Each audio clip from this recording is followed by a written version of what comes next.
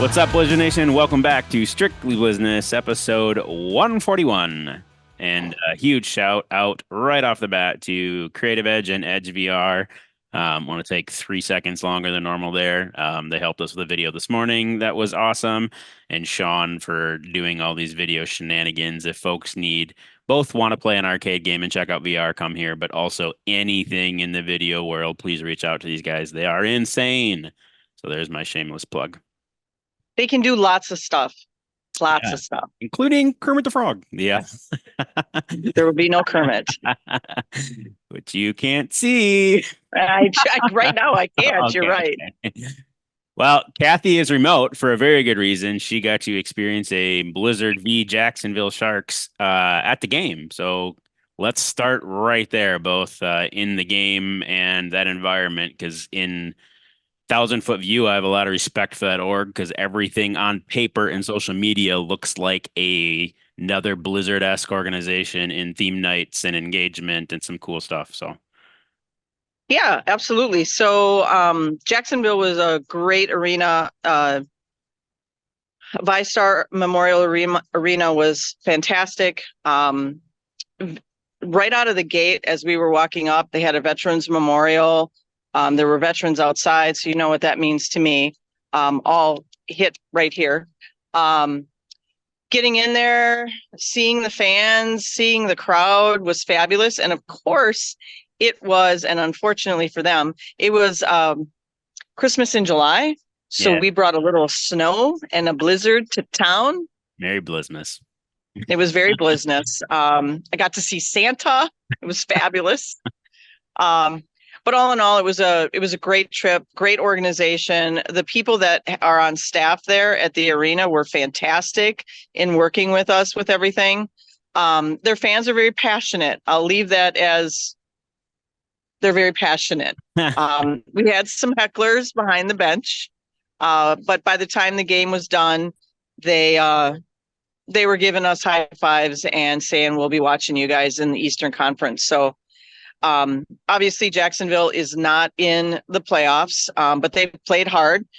If I want to review how we played, it was a little scary. I'll be honest with you. The first 3 quarters were, we weren't playing up to our potential. We were beating ourselves. We were, I think, too distracted. I'll be honest with you. Some of those fans were distracting the players, and you can't have players get to you. If you're going to play a championship game, whether it's a playoff game, the Eastern Championship, or potentially our league championship, you just can't let that kind of heckling get to you. The only other thing I have on the game, I mean, we did come out with the win. The fourth quarter ended up being our shining star, and we won. So I have 2 things that I want to touch on beyond the arena itself. The first would be the refs. The more that I watch our games, both in the East as well as the West, we have a lot of inconsistency between certain plays, certain things. The one in particular, when a team gets an unsportsmanlike, and that can affect dramatically the position of the ball on the field, that I take very seriously. We had one of those. It was well-deserved. We actually had 2, I believe. But when I look around the league, there was another game where there was a celebration dance done, which was much like a celebration dance that we did a few weeks back. And they got a warning instead of the actual unsportsmanlike. So I would like to see, and especially as we get into the playoffs here, we're going to have different reffing groups at the various venues. And I just want to make sure that, we have consistency from game to game. That number one, it's not great being an owner of a team and seeing inconsistencies, but then 2, it doesn't look good for our league out in the public eye. So just wanted to mention that. The second thing is, and all of you are probably like, what was going on at the end? What happened to Max? He fell apart. He didn't fall apart. At the end of the day, we needed the win. And there's certain things that you do as a coach that you look at, whether you're the offensive coordinator or the head coach, you look at how much time is left on the clock. And if we had scored and given the ball back to them, or if we had scored and Mevis by chance would have missed the additional point, we get into a tie game and overtime, those types of situations. So it wasn't worth the risk. So we did what we did to run down the clock a little bit.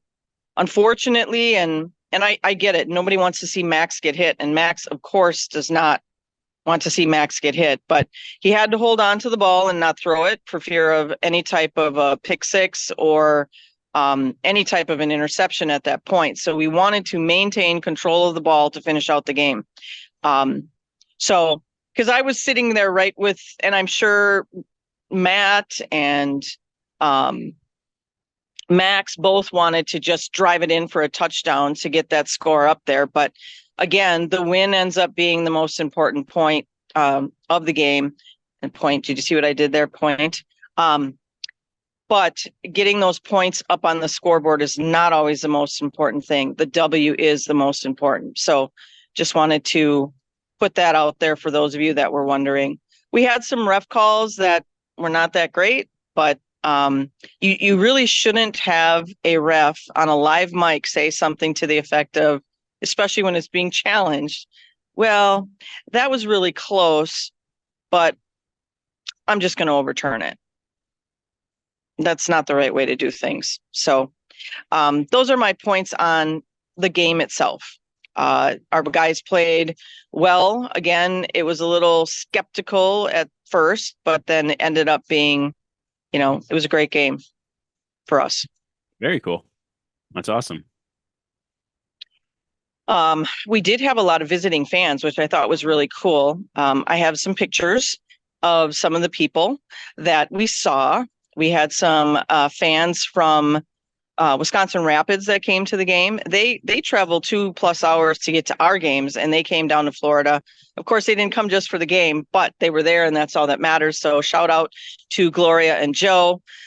We also had some other families that were there, and we got to see Sean and his beautiful wife and his mom. Sean used to work with us for the Blizzard and is still connected to the IFL through things that he's doing today, and actually works with Mike Allshouse, our former commissioner, from day to day.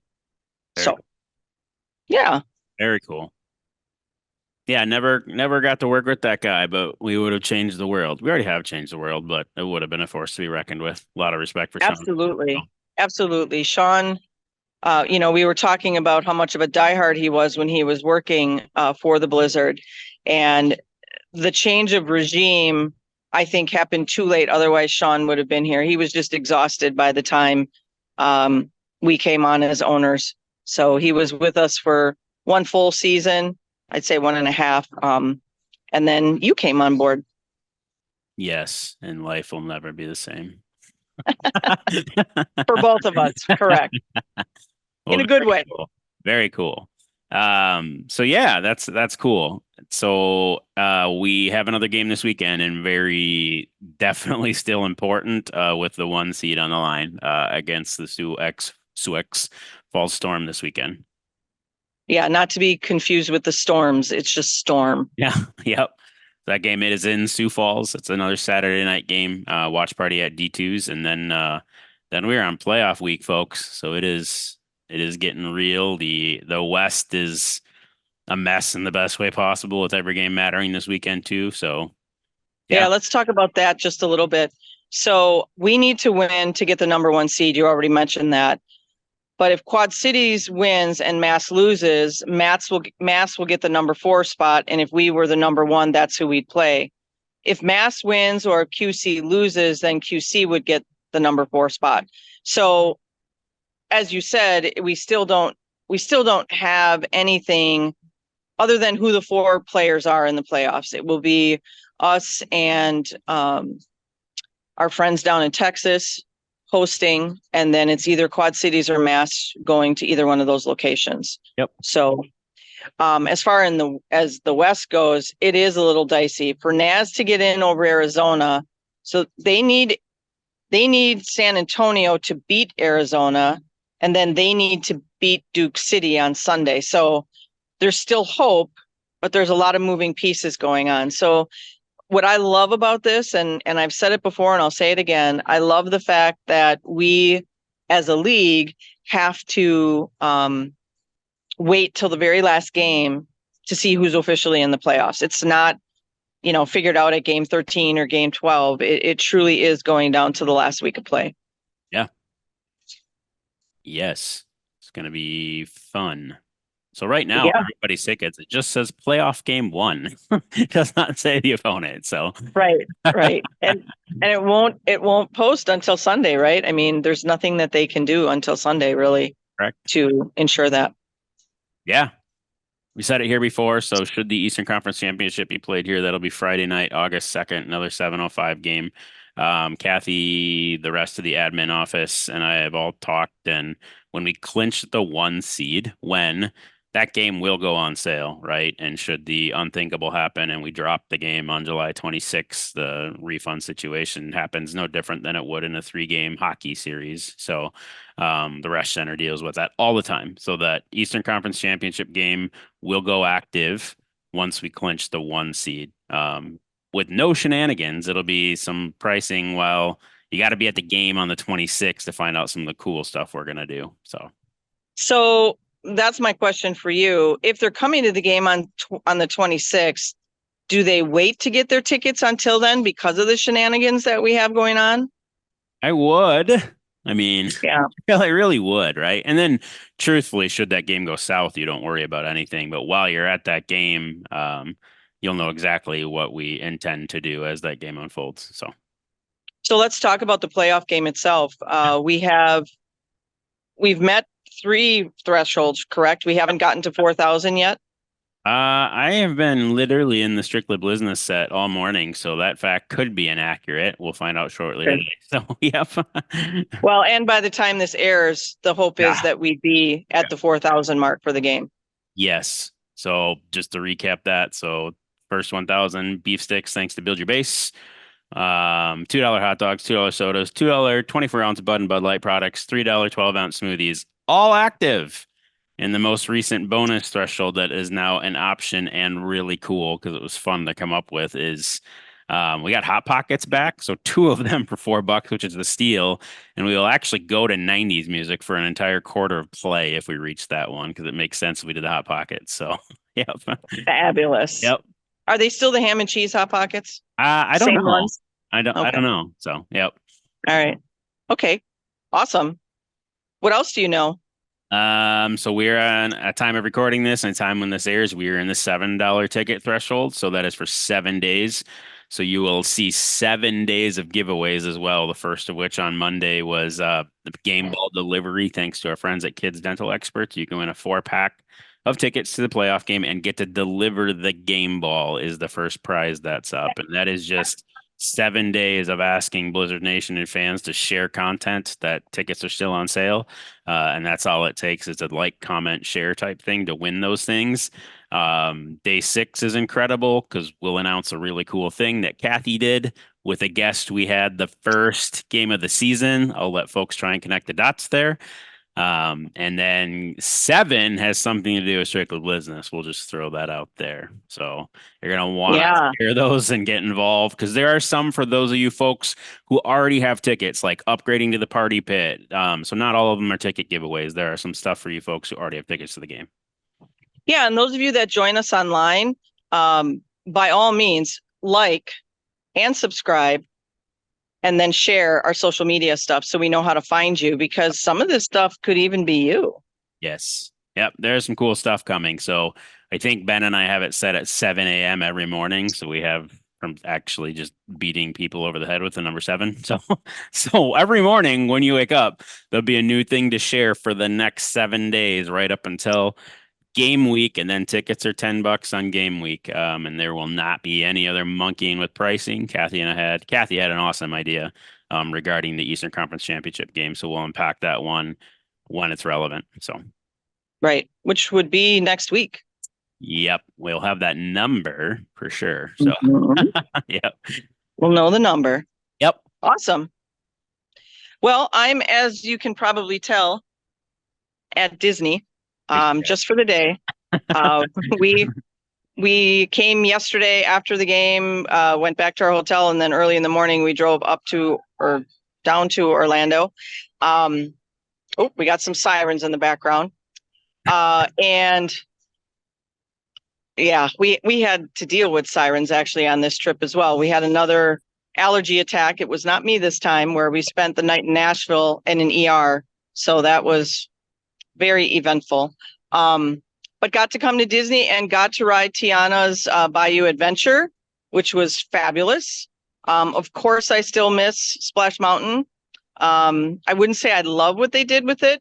They did a great job in some parts, and in others, I think they have some work to do. And anytime you open a ride like that, especially when there's animatronics and there's different timing of things, I think Disney continues to work on that.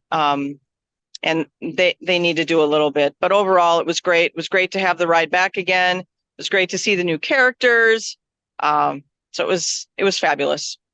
I firmly believe that even if you crossed the border into Florida from somewhere else, you would find a way to get to Disney, even if it was the furthest point in Florida from Disney. I just believe that. So Yeah, I think you're correct, because I would, even if it was for 12 hours, I would be down here. awesome. We had the ability to stay with our vacation club. We stayed at Bay Lake, which is connected to the Contemporary. So we're right on the monorail, and based on the height of our rooms, we were able to watch the fireworks from our room, which was actually really, really neat. So just again, this year, we saw fireworks from 3 different perspectives, which was really cool. So awesome. Every year, so many people are like, how can you keep going, and why do you keep going? And every time I come, I do something different. And that's what I love about Disney, is it's all in what you make of it. Yes, the rides are there, and yes, all of it is still the same, but in the end, it's what you do. And I think that's true of anything in life. It's what perspective you put on something versus what other people tell you to put on it. So absolutely. I think that's what I got, right? And I don't want to, on a Warp Speed Disney trip, I want you to enjoy the park. I think the important thing for fans is $7 tickets. We are probably a social media poster away. I would guess we're pretty close to 4,000. I did not check over the weekend. So get tickets. They will go up again next week. We are expecting a ridiculous crowd, and stay tuned for what would happen on the next game, and watch party for Sioux Falls this weekend at E2's again. Also want to give a shout out to the Mevis family. Our kicker had his mom and dad there, his girlfriend. So shout out to them. They do watch the show. And I did tell them, though, right, but you should like and subscribe, because we need to know. Yeah, I said otherwise we just think, yeah. Oh, hold on. I got a garbage can walking by. One moment. Hold, please. Your episode is very important to us. Yes. Anyway, as I would tell all fans, please like and subscribe, so that we know that you're out there, and we'd love to continue to see our fan base grow for Strictly Blizzness. Yeah, I had a good chance to catch up with Rivers before they headed out of town too, and I believe there was a conglomerate of Rivers family members there as well too, which was cool. So absolutely, his dad, I saw his grandma, and must have been either nephews, nieces, cousins. I'm not really sure, but he had quite a few people at the game. Yes. Awesome. And that's what I love about our team. When our team travels, we have people that travel with us, whether they're family members or extended family. It's friends. It doesn't matter. It's great to see people in Blizzard gear when you go to an away game. Very cool. Very cool. That's what I got. You got anything else? The only thing I have is we saw Despicable Me, which you had seen before we saw it, and it was fabulous. It was outstanding, that one. Yeah, I really liked it. I really, really liked it. The creativity that they come up with. Yeah, kudos, Universal. Well, I'll give you that shout out. Nice. That's coming from a Disney lady, Universal. So you've done a good thing there. Yeah. Well, that's what I got. And go ahead. Anybody know who this is? I can't play along. You cannot play along. But if you know who that is, post it in the comments, because that's my favorite. Other than Maleficent, it's my favorite in park, because you only see it in the park here at Disney. But if you can tell me what park and who it is, be the first one to do that. What park and who it is, I'll come up with something. to give you. Now you're going to get held to that. People hang on every word we say on this thing, which is amazing to me. So you heard it here from Kathy, not Ryan. Not Ryan. I don't know what it is, though, but something. Again, who is the character and what park is he in here at Disney in Orlando, Florida? Awesome. And I have to exclude all people that work for the Blizzard as well as play on the team. And you got one of those long disclaimers that Sean can put on screen. If you're an employee of Disney or the Green Bay Blizzard, you're not. And it just keeps scrolling and scrolling and scrolling. No, we won't do that. Well, these are fun. As much as I miss you in studio because I know you're in a happy place, but should we attempt to hit him with it? Yeah. What? This way? Now I'm looking right at your face, so I'm thinking I'm going here, or we'll do this, and Sean will just blooper it again like he did. Oh, sounds good. Should we hit him with it? Let's hit him with it. Go Blizz. Go Blizz.